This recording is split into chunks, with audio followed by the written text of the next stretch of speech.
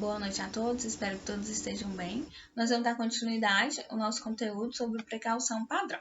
A precaução básica inclui luvas e máscaras, que devem ser adotadas por toda a equipe da saúde para qualquer tipo de paciente, independente da patologia apresentada. Tem o intuito de prevenir e controlar a proliferação e disseminação dos agentes infecciosos a partir da fonte de infecção desconhecida ou desconhecida. O uso de EPI, equipamento de proteção individual, inclui luva, touca, máscara, óculos, avental e o próprio. São um conjunto de técnicas conhecidas que devem ser adotadas para o atendimento do paciente, principalmente na presença de fluidos corpóreos e sangue, porque quando você vai fazer uma punção num paciente, você tem contato com fluidos do paciente, então devemos estar, com todos os EPIs necessários. E também fazer a técnica adequada de lavagem da mão, usar luvas de procedimento e descarte correto do lixo contaminado. Conhecer o histórico do diagnóstico do paciente, a evolução do paciente. Sobre o descarte correto, devemos seguir questões das lixeiras. Elas têm que estar identificadas com o lixo comum e o lixo infectante e até mesmo o descarpar que a gente tem. O lixo comum, ele se encontra no saco preto, o lixo infectado, ele encontra no saco branco, o pêforo cortante é uma caixa amarela, escrito descarpac, para a gente jogar, descartar agulhas pêforo cortante, agulhas, bisturis, gelco, scalp, tudo que causa corte. Tem o precaução padrão, que é o uso de lavagem das mãos, luvas, avental, máscaras, óculos e o descarte no pêforo cortante. Devemos ter um alerta a seguir a precaução padronizada quando estiver cuidando de todos os pacientes, independente do seu diagnóstico suspeito ou confirmado. Então, dependendo se o paciente está com alguma patologia ou não, devemos usar os EPIs corretos. Uso de luva, os bisturis, os scalpes e as lancetas deverá ser descartados no descarpac. O descarpac é uma caixa amarela que tem várias composições. Nela tem um manual que a gente consegue identificar o passo a passo. Tem a super trava especial, a dupla alça para transporte, a boca para descarte, contratrava de segurança e conforme a BNT a gente tem o símbolo que ele é um material infectante. Temos todo o passo a passo, O primeiro passo, ele é a bandeja interna, que vai ficar no fundo, garante a segurança contra o vazamento de líquidos. A contra interna em papelão rígido, ocupa toda a área interna, evitando perfuração nas paredes e cantos do coletor. O fundo, ele é em papelão rígido, evita perfuração no fundo do coletor. E o saco plástico, que é uma dupla utilidade, além de transportar ao coletor uma forma de duplo revestimento, garantindo a proteção contra o vazamento de resíduos que está nessa caixa. A gente tem que tomar cuidado por que essa caixa tem que ser tão rigorosamente protegida? Por causa do pessoal da limpeza, porque é eles que vão estar manipulando essa caixa, pegando essa caixa nos setores para levar o devido descarte correto. O manuseio dos instrumentos pêforo cortante, a profilaxia das lesões provocadas por instrumentos pêforo cortantes é uma das medidas mais importantes que você, profissional, deve tomar para evitar infecções por micro-organismos patogênicos transmitidos pelo sangue. Então, ali tem todo tipo de fluido corporal de paciente, de pessoas que não sabemos qual patologia que ela tem, se ela tem alguma patologia. E todo profissional que perfurar com algum tipo de agulha, lanceta, bisturi, que foi em contato com o paciente, devemos procurar a coordenação, o coordenador, para comunicar, porque aquele paciente, né, aquele profissional, ele vai ter que fazer um acompanhamento durante 6 meses para poder ver se o profissional foi contaminado ou não. Quando a gente tem um paciente fonte, quando você sabe qual paciente que foi, fica mais fácil, porque o mesmo exame que o profissional vai estar fazendo, né? O paciente também. Então, ali você sabe qual que é seu paciente fonte. Quando der alguma alteração, você sabe qual paciente você procura. Agora, quando você perfura em uma caixa perfuro cortante, que não foi montada direito e que tinha muito fluido, ela molhou, e o profissional perfurou não só da limpeza, mas qualquer outro profissional, a gente tem que ficar mais alerta, porque você não sabe de qual paciente que era aquele material. Devemos sempre, né, saber as alertas, né, seguir as alertas, recipiente rígido, o mais próximo procedimento que será realizado, nunca tentar entortar ou quebrar lâminas ou agulha, jamais reencape a agulha. Um dos acidentes mais recorrentes que a gente encontra é quando o profissional tenta reencapar a agulha. Uma coisa assim tão desnecessário, mas às vezes na correria, não sei o que acontece, reencapa a agulha.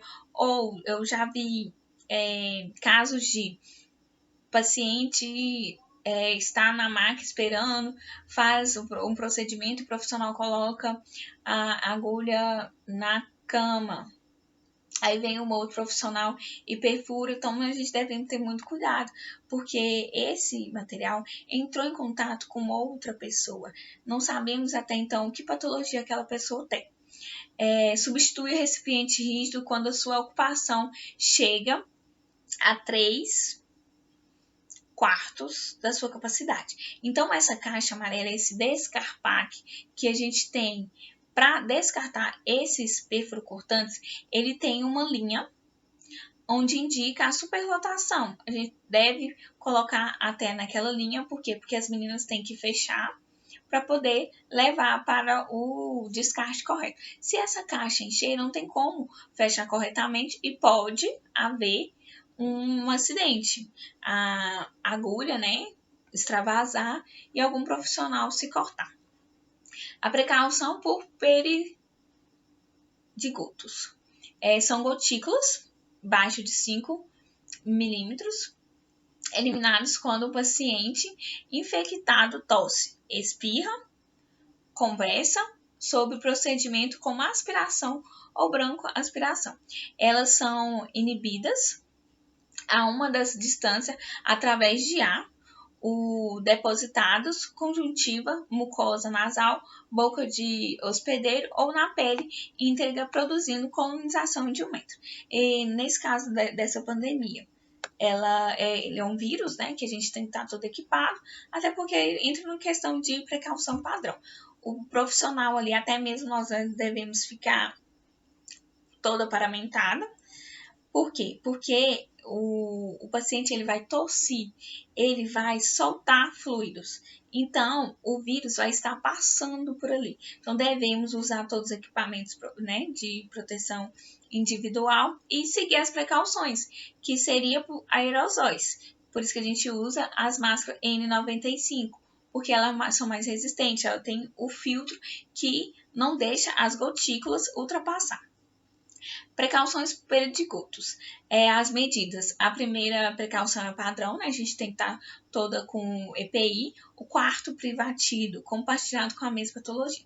A gente tem que tomar cuidado em questão do quarto também, porque um paciente infectado ou com suspeita, ele não pode estar no mesmo quarto de um outro paciente que está com uma gripe ou com um processo de esperando cirurgia ou tá no acidente esperando. Então, esse paciente tem que ficar no quarto isolamento. Todo hospital tem um quarto separado que a gente coloca os pacientes que estão com suspeita de alguma doença contaminosas, que contamina. E o paciente tem que ficar no quarto privativo, né? Usando máscaras cirúrgicas E no transporte também o paciente deve usar essas máscaras cirúrgicas, porque no transporte? Às vezes o paciente está no quarto privativo e precisa fazer um raio-x. Então devemos levar esse paciente para, né, realização do raio-x.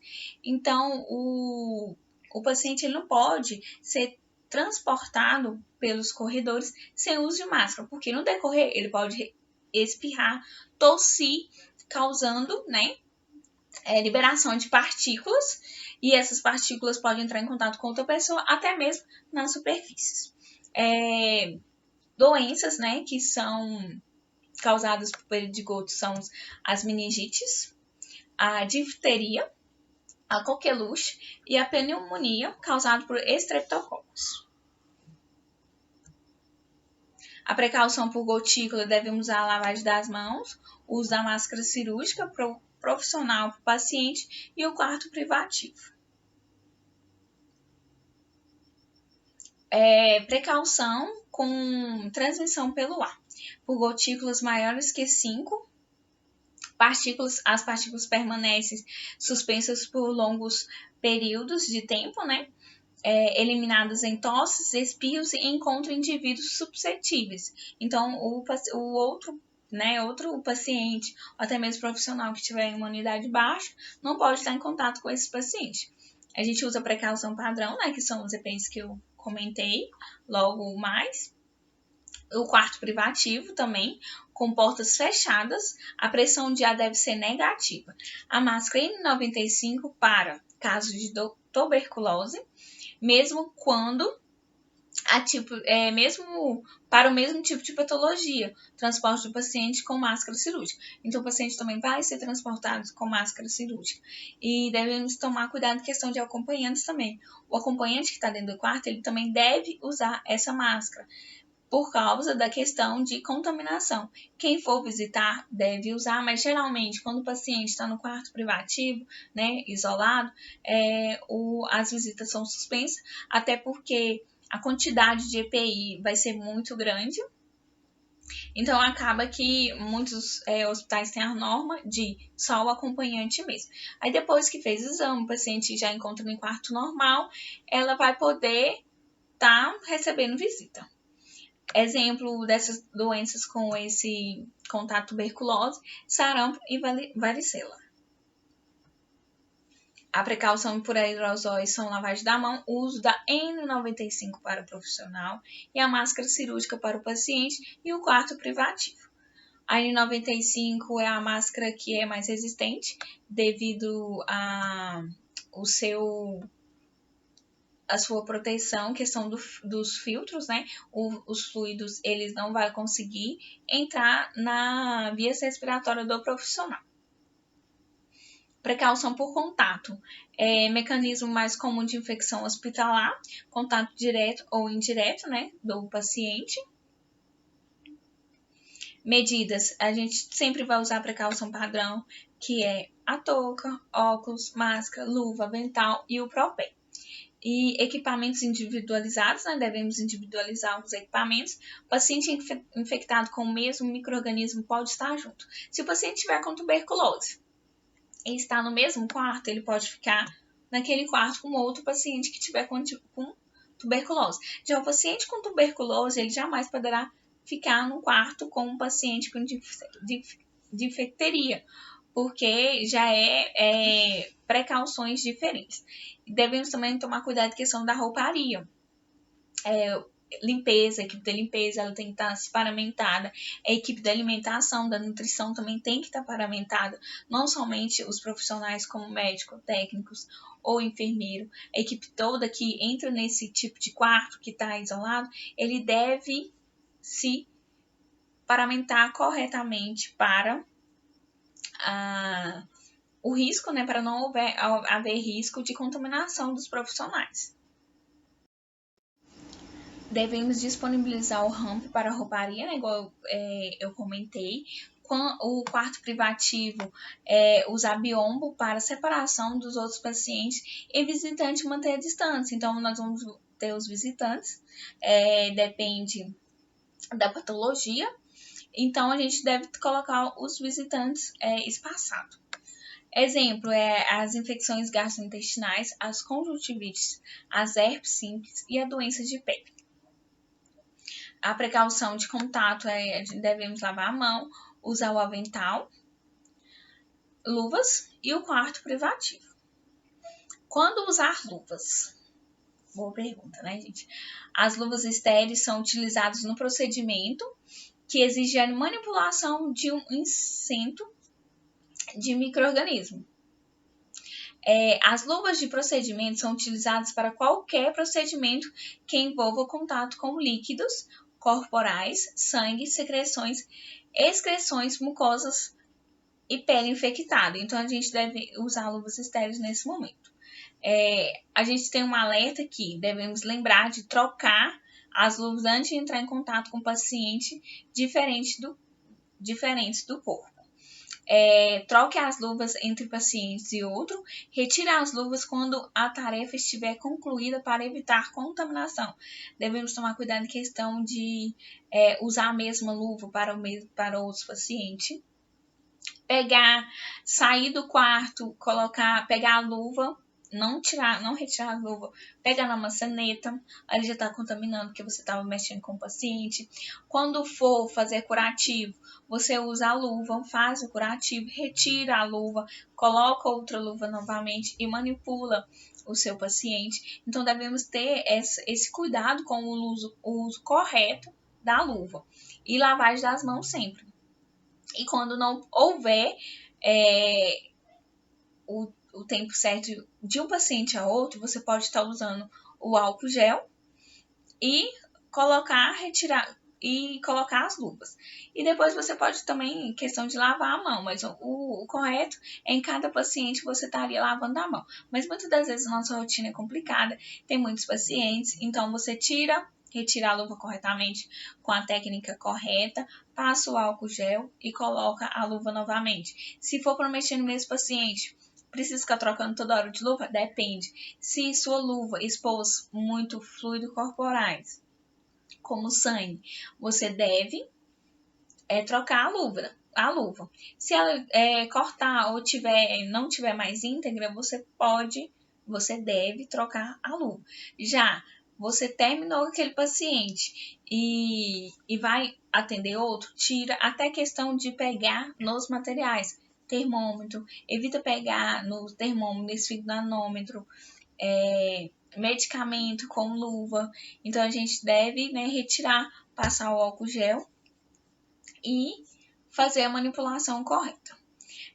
Precaução padrão, exemplos, lavagem das mãos, novamente, a luva, máscara e óculos, capote, equipamentos ambientais e roupas e alojamento do paciente. Então, o que acontece? Questão de capote. O capote, ele vai ser usado, até mesmo o pessoal da limpeza, que ele vai ter que entrar dentro do quarto e vai ter que experimentar.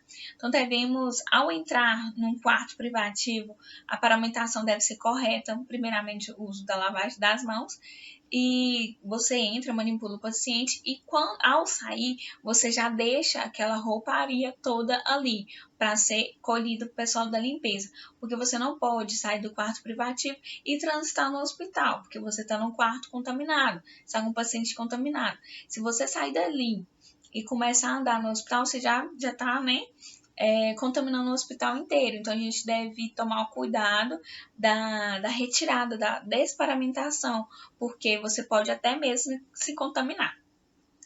Questão da pandemia também, que nós estamos passando, muitos profissionais estão contaminados por causa da forma errada da paramentação, da desparamentação, ou não está paramentando direito e na hora da desparamentação está se contraindo essa doença, porque a gente deve seguir os passos corretamente da paramentação e desparamentação.